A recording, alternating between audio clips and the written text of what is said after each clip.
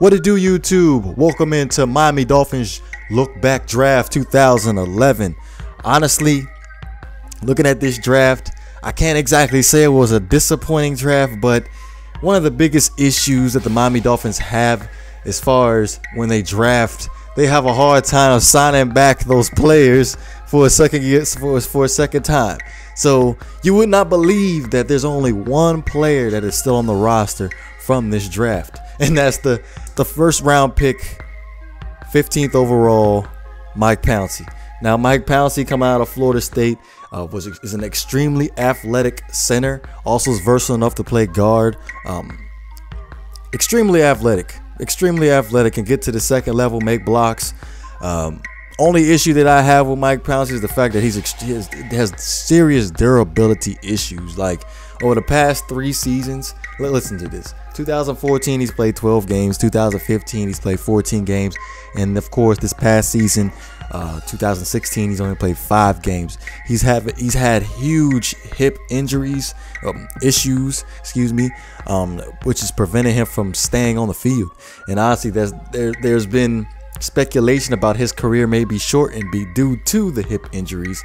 But you can't, like, when Mike Pouncey is out, along with some of the other offensive linemen that we have had over the years, like, it puts the Miami Dolphins offensive line in a huge situation where you have to play musical chairs or have great depth behind those starters to be able to fill the void. So for Ryan Tannehill or any other starter quarterback back there does not get murdered. So getting rid of him, you can't, like, it's a toss up. You can't get rid of him, and you can't keep him because, like, you just hope for that one season where he could just stay healthy for all 16 games.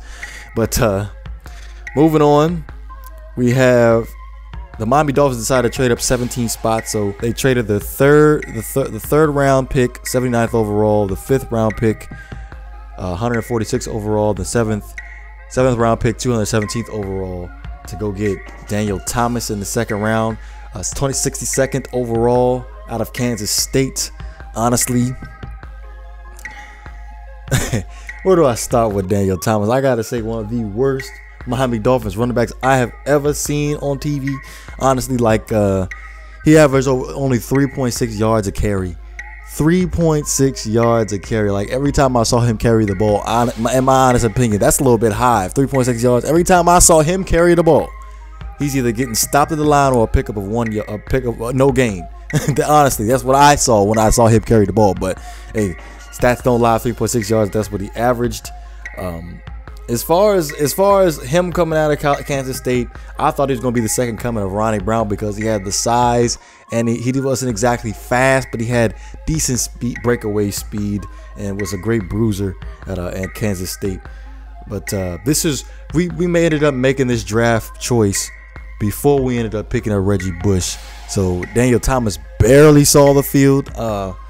So good thing too. Very good thing too. We ended up getting Reggie Bush, because if Daniel Thomas would have ended up being a bust, and we would have been screwed anyway. But just looking back at it, looking at the draft, you had the opportunity to draft Stephen Ridley and DeMarco Murray instead of Daniel Thomas, and we traded up to get Daniel Thomas. So that's something to think about moving forward. But in the 4th round, the Miami Dolphins decided to take Clyde Gates.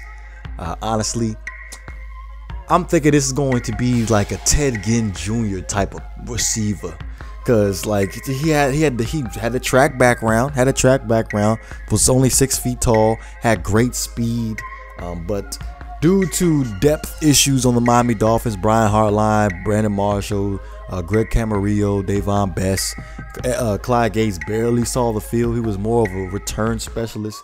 Just over the 2 years with the Dolphins, he only had 30 catches.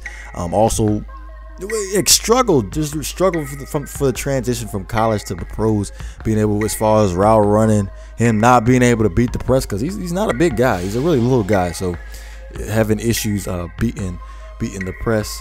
But Clyde Gates, not something I want to keep in my memory bank as far as a Miami Dolphins receiver.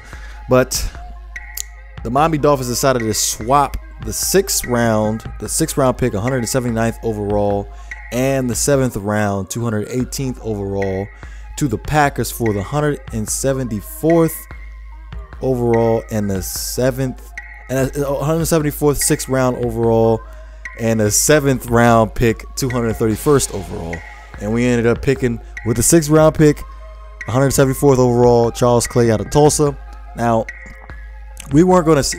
I honestly think that we weren't going to see exactly what Charles Clay was about if it wasn't due to that Dustin Keller injury. Because if you look back, the first 2 seasons that he was with the Miami Dolphins, he was sitting behind Anthony Fasano, and he wasn't really getting any opportunities to make some plays for us. But after we got rid of Anthony Fasano, we got Dustin Keller. I was extremely excited about Dustin Keller, by the way. Him coming in, being a pass receiving tight end. We never had a receiving tight end.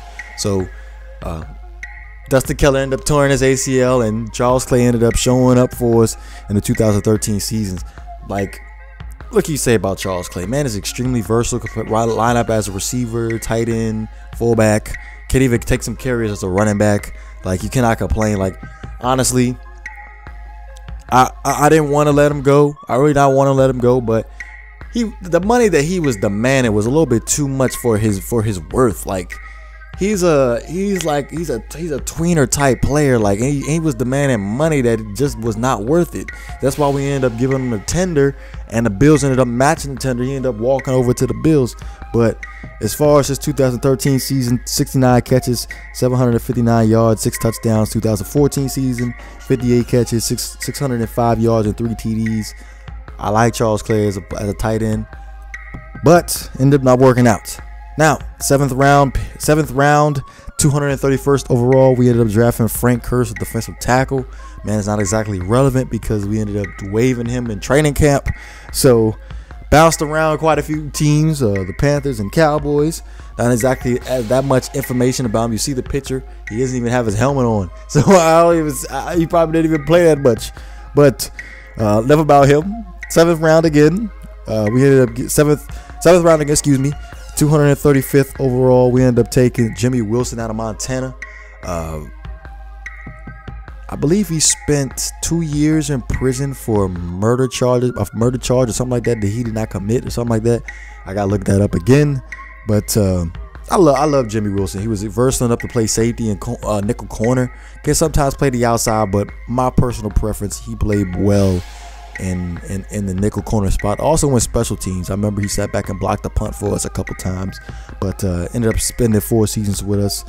Can't complain about Jimmy Wilson's game, but another Miami Dolphin player that is not on the team anymore. Extremely feisty. Gonna end it there. But let me know what you guys think. Me, honestly, like I said, Mike Pouncey is the only player still on from the 2011 draft. And he's not exactly playing. His future is in jeopardy. So honestly, like, you look at it, there's no consistent player from this draft that plays for the Miami Dolphins right now. But again, let me know what you guys think. Make sure you guys look out for the 2012 look back draft. You know what it is. If you enjoyed the content, please don't forget to hit that like and subscribe button. This is Great One DeVore. I'm up out of here.